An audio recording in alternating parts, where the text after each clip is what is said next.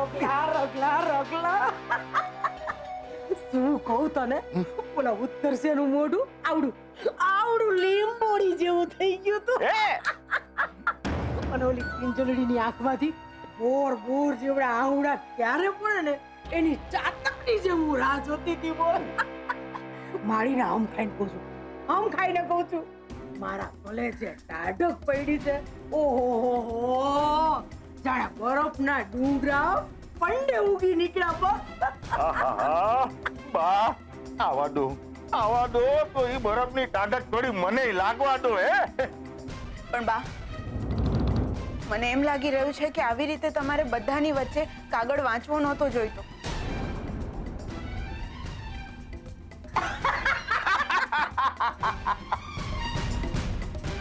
એલી ડોબી તું મૂર્ખી છો અમે થોડા છીએ છોડો ને બા મને એમ કહો પેલા તમે પરબીડિયાની અંદર કાગળ બદલ્યો એ તો મને સમજાય હે ઈ કાગળિયાની અંદર ઓલા ઉત્કર્ષનું ધગધગતું દિલ છે એની તમને જાણ કેમ થઈ છે પૈકડું બરાબર પૈકડું બહુ સાણો છું તું 100% મારી ટ્રેનિંગ બોલી રહી છો આમાં સાંભળ બુડા અહીંયા સંભળાવું તને જો એમાં થયું એવું ઈ બે જણાના ફોન ઉપર મેસેજ હતો હાલતા હતા દિવસ ને રાત એમાં ઓલી કિંજલજીની ડાયરી ઈ મારા હાથમાં આવી ગઈ ઈ ડાયરી વાંચતાની હાથે અમારા ડોળા છે ને ટક્કર વકડ ફરવા લાગ્યા એમાં મેં જોયું કે ઓલો ઉત્કર્ષિયો એ ગુલાબી રંગનું પરબીડિયું ઓલી ડાયરીમાં મૂકી કે ઈ પરબીડિયું ખોલીને હું વાંચ્યું નહીં તો મને પાપ ન લાગે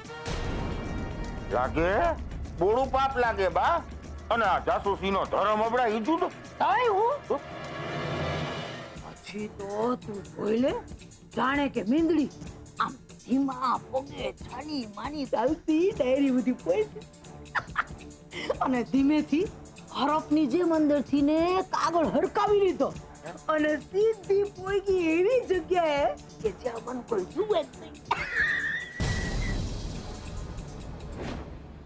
મારી તાપી નગરની રાણી અરે વાહ તને મારા મનની ઠકરાણી બનવું ગમશે ઓહો હો કેમ નહીં બનવું ગમે ભાઈ ગમશે ને પોસ્ટર ઓછા હતા તે હવે આ ભાઈને કંકોત્રી છપાવવાના કોડ જાયગા છે છપાવ ભાઈ કંકોત્રી છપાવ પણ આ ભવાનીના આશીર્વાદ વગર તારું ગાડું થોડું આગળ હાલવાનું છે હે વાહ બા વાહ તમે તો શું ગાડું ચલાવ્યું છે હે અરે ચાણક્ય તો જીવતો હોત ને તો ઈ કે એ ભવાની બા મને તમારી પાસે ટ્યુશને રાખી લો ને તારી મસ્કરી કરો પણ બા મને એ નથી સમજાઈ રહ્યું કે આવા બધા પાપ તમે શું કામ કરી રહ્યા છો. તે મૂર્ખી આ બધું મારી હારે ઉપર લઈને નથી જવાની અરે આ હંધુય હું મારા કાનુડા હાટે કરું છું કાનુડા હાટે હવે જવા દો ને બા આ ચાર ચોપડીને પથ્થર ઉપર પાણી છે એને સમજાવીને કઈ અર્થ નથી. અરે બા તમે આ જે બધા સમાચાર લઈને આવ્યા છો ને એ સમાચારની માસુકભાઈને તો મારે જાણ કરવી જ રહી હે તે જાને પૈસા તન કોણે રોઈકો છે જઈને કે હંધુય હું તો આયલી મોહનના ઘરે અરે બિચારો દુખીના દાળિયા થઈ ગયો હશે એની છોડીના પરાક્રમ સાંભળીને હવે છાનો રે બટા મારો દીકરો એ બધું મારે જ કરવું પડશે ને હું તો આ આયલી મારે તો દુનિયાભરના કામ છે હાલ ભવાની હાલ બાપા જય શ્રી કૃષ્ણ રગલા હા જય શ્રી કૃષ્ણ બા અને એ સાચવીને જજો હે હા અને સંભાળજો આવે હા ભાઈ વાહ કેવું પડે ને બાનું આમ નખથી નાટક કરી જાણે હે શું કહે છે સરોજ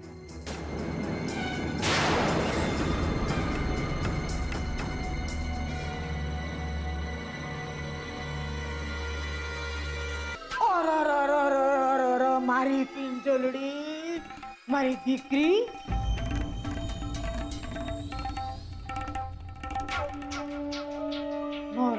નોરડ બેટા, આમાં તારું હું વાગદોનો હે?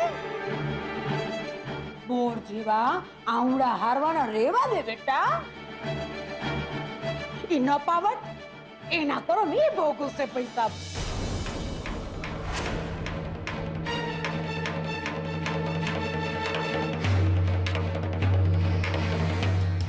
એમ તો મને એમ કહો બા કે તમારા કરેલા કરમ કોણ ભોગવશે? બોલો, જવાબ આપો. એ ઉત્કર્ષે જે કર્યું એ તો કર્યું, પણ તમે કઈ ઓછું નથી કર્યું બા. શું જરૂર હતી તમારે? શું જરૂર હતી આખા ગામની વચ્ચે એ પત્ર વાંચવાની? બોલો, જવાબ આપો. બે લીટી વાંચીને પણ તમે ચૂપ થઈ શકતા હતા ને? હા, ચૂપ થઈ હકતી હતી ને, બિલકુલ થઈ હકતી હતી.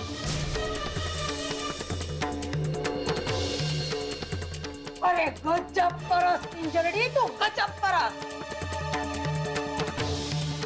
કંપનીનો નિયમ હતો ને કે પરબીડિયામાંથી કાગળ ખોલીને મોટેથી વાંચો તો જ ઇનામ મળે, હતો કે નહીં?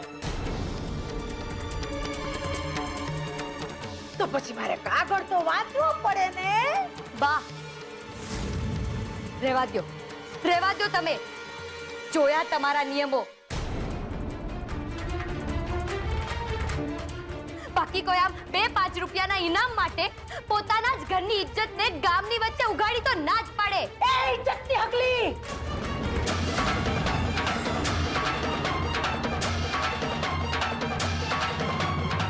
આટલું ડાપણ ડાયરીમાં લખતી વખતે નહોતું આવ્યું.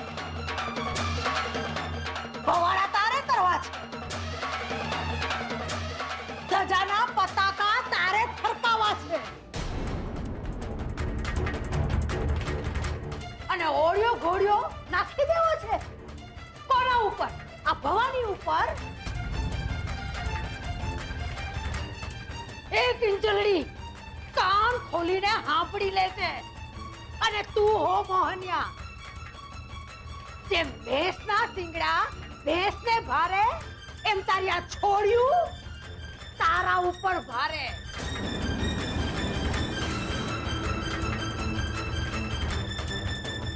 બાકી ખોટી સાવકારી મને બતાવવાની જરાય જરૂર નથી. નહીં તો મારાથી બુંદી બીજી કોઈ નહીં મળે. સાચું કહ્યું છે તમે.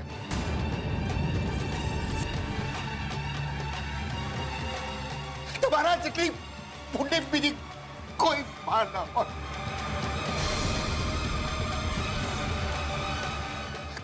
કિંજલે સાચું કહ્યું. તમે આ બધું કર્યું છે તે જાણી જોઈને. હે સંતોષી બા, એલા મૂર્ખા મોહનિયા, તું શું બોલસ એનો તને ભાન છે? અરે તારી નજર સામે ઓલો પારકો છોકરો આ તારી છોડીના વાહે હાથ ફેરવી ગયો.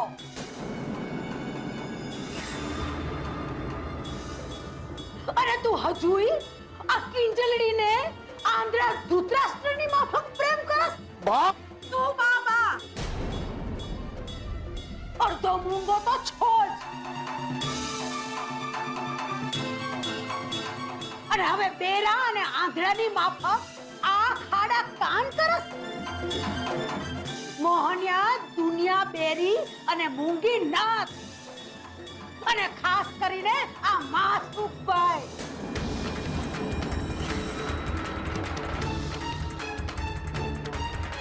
આ તારી છોડીએ જેને લાફો માર્યો ને, ઈ નપાવટ માસુકભાઈનો પાળેલો છે, પાળેલો.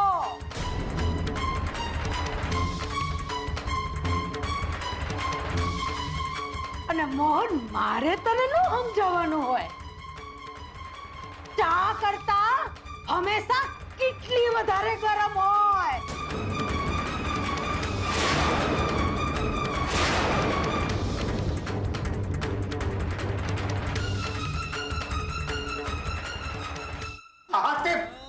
ભલે કેટલી ખરાબ હોય, કિંજલે સાચું કહ્યું. એને લાપો મારીને આ ઘરની આબરૂ બચાવી છે. સમજ્યા?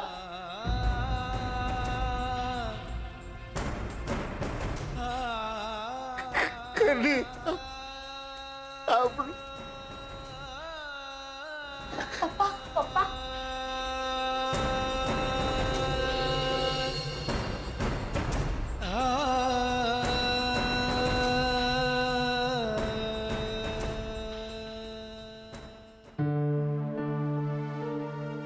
ઉત્કર્ષ,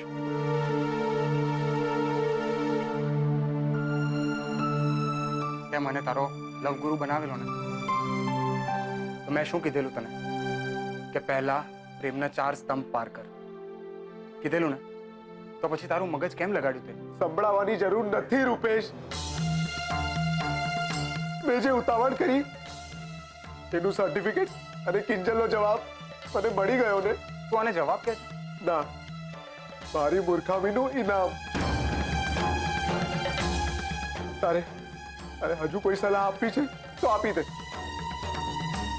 બાકી હું અત્યારે એક પણ શબ્દ સાંભળવા માંગતો નથી રૂપેશ.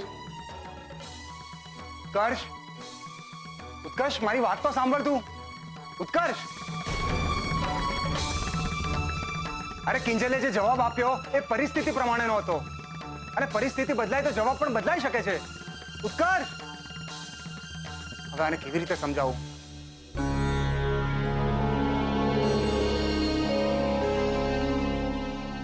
શું થયું કિંજલના પપ્પા? ઊંઘ નથી આવતી? તું પણ તો જાગે છે. વાત જ એવી થઈ છે ને કે મને તો હજુ સુધી વિશ્વાસ નથી આવતો કે ઉત્કર્ષ આવું કંઈ કરશે.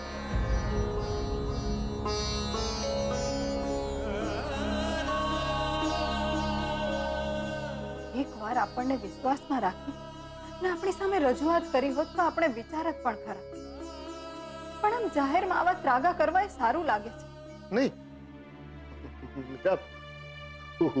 ઉત્કર્ષ આપણને કહેતા પહેલા કિંજલ સાથે પાકું કરવા માંગતો હશે. એ ખોટું નથી. પણ અંતે તો જે થયું એ ખોટું જ થયું છે ને. મેં કિંજલની હાલત જોઈ છે. રડી રડીને અડધી થઈ ગઈ છે બિચારી. પેલા પોસ્ટરની બદનામીને હવે આ પત્ર. આને કહેવાય કે કરે કોઈ ને ભરે કોઈ. હા, તારી વાત સાચી છે મીરા. આ બધું બાએ કર્યું છે, જાણી જોઈને. જાહેરમાં કાદો ઉછાળ્યો કિંજલ પર. હું બાને માફ નહીં કરું. તમે શાંત થઈ જાઓ. શાંતિ નહીં, મારી મજબૂરી છે. હું નથી કહી શકતો બાને કે જાઓ તમે બહાર. બસ ભગવાનને પ્રાર્થના કરું છું કે એને સદબુદ્ધિ આપે અને કિંજલને સહનશક્તિ.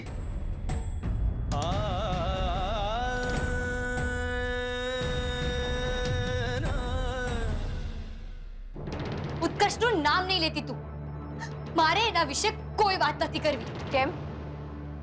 શું પ્રોબ્લેમ છે ઉત્કર્ષમાં? આખો દિવસ જ્યારે હોય ત્યારે ઉત્કર્ષ જરા મને આટલી હેલ્પ કરી દેજે ને. મને પ્રપોઝલ બનાવવા માટે મદદ કરી આપજે ને. પપ્પાને ત્યાં ચા પહોંચાડવા માટે તારી બાઇક પર બેસાડીને મને ત્યાં લઈ જજે ને. આ બધું જ્યારે કરવું હોય ત્યારે તો ઉત્કર્ષ કરતા થાકતી નથી. અને આજે ઉત્કર્ષના નામથી તને એલર્જી થઈ ગઈ છે? એવું નથી સેજલ, પણ એને પણ તો સમજવું જોઈએ ને. આમ બધાની વચ્ચે જાહેરમાં લવ લેટર અપાય? એક મિનિટ. સૌથી પહેલી વાત કે એણે તને બધાની વચ્ચે પ્રપોઝ નથી કર્યું. બાએ લેટર વાંચી લીધો તો. અને બીજી વાત, જો એણે તને પ્રાઇવેટલી આ લેટર આપ્યો હોત તો તને આનાથી કોઈ જ વાંધો ના હોત, ખુશી ખુશી એક્સેપ્ટ કરી લીધું હોત. સેજલ, શું સેજલ? કિંજલ, મહેરબાની કરીને તારી આ ડાયરીની દુનિયામાંથી બહાર આવ અને જરા ઉત્કર્ષની સામે એકવાર જો. એ કેટલો સારો છોકરો છે, એકવાર વિચાર કરી શકાય એવો. પણ સેજલ, એ મારો માત્ર ફ્રેન્ડ છે. અને એક મિત્ર વિશે આવું બધું વિચારવું મારા માટે પાપ છે, પાપ. પાપ? કઈ સદીમાં જીવે છે તું? અને કિંજલ, ઉત્કર્ષ કોઈ રસ્તે રખડતો રોમિયો નથી. ભણેલો ગણેલો છે, વેલ સેટલ છે, અને સૌથી મોટી વાત તો એ છે કે એ તને પ્રેમ કરે છે. તો પછી લાઈફમાં બીજું શું જોઈએ છે? પણ સેજલ દીદી, જો ઉત્કર્ષ કિંજલને સાચે પ્રેમ કરે છે તો એણે વાત તો ધ્યાન રાખવું જોઈએ ને કે કિંજલનો આમ જાહેરમાં પજે તો ના થાય. કોઈ પણ કિંજલના કેરેક્ટર પર આમ કાદવ ના ઉછાળે. ને જો ઉત્કર્ષે સેમ વાત કિંજલને સાઈડમાં લઈ જઈને કરી હોત તો પરિસ્થિતિ અત્યારે આટલી બગડી ના હોત ને. બીજાને બધું મને સમજાય છે, પણ આ બધું એણે જાણી જોઈને નથી કર્યું. એ તો કિંજલને પર્સનલી જ લેટર આપવા માંગતો હતો, પણ આ તો એનું બેડ લક કે બધી ગડબડ થઈ ગઈ. પણ એનો મતલબ એમ નથી કે કિંજલ એને બધાની વચ્ચે લાફો મારી દે. એમ તો શું તું મારી જગ્યાએ હોત અને ઉત્કર્ષે આમ તને બધાની વચ્ચે પ્રપોઝ કરી હોત તો શું તે સ્વીકારી લીધું હોત? કે પછી એમ કહ્યું હોત કે વિચારીશ, અત્યારે તું મને લેટર આપી દે ને? નહીં સેજલ, નહીં. તું અને રૂપેશ જીજુ બંને એકબીજાને પ્રેમ કરો છો. તમારા બંને વચ્ચે પ્રેમનો સ્વીકાર થયો હશે, પણ હું ઉત્કર્ષને પ્રેમ નથી કરતી ને નહીં કરી શકું એને પ્રેમ. નહીં કરી શકું. અચ્છા, તો પછી કિંજલ, તું પેલા સુશાંતને જ લાયક છે. સેજલ દીદી, પ્લીઝ આવું નહીં બોલો. તો બીજું શું બોલું? અને કિંજલ, હવે સમય આવી ગયો છે. પ્લીઝ ક્લિયર થા.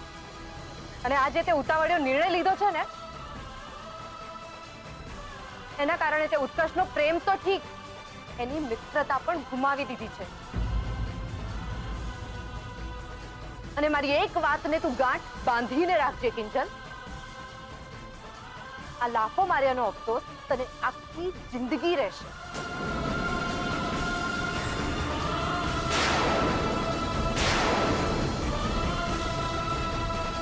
યાદ રાખ.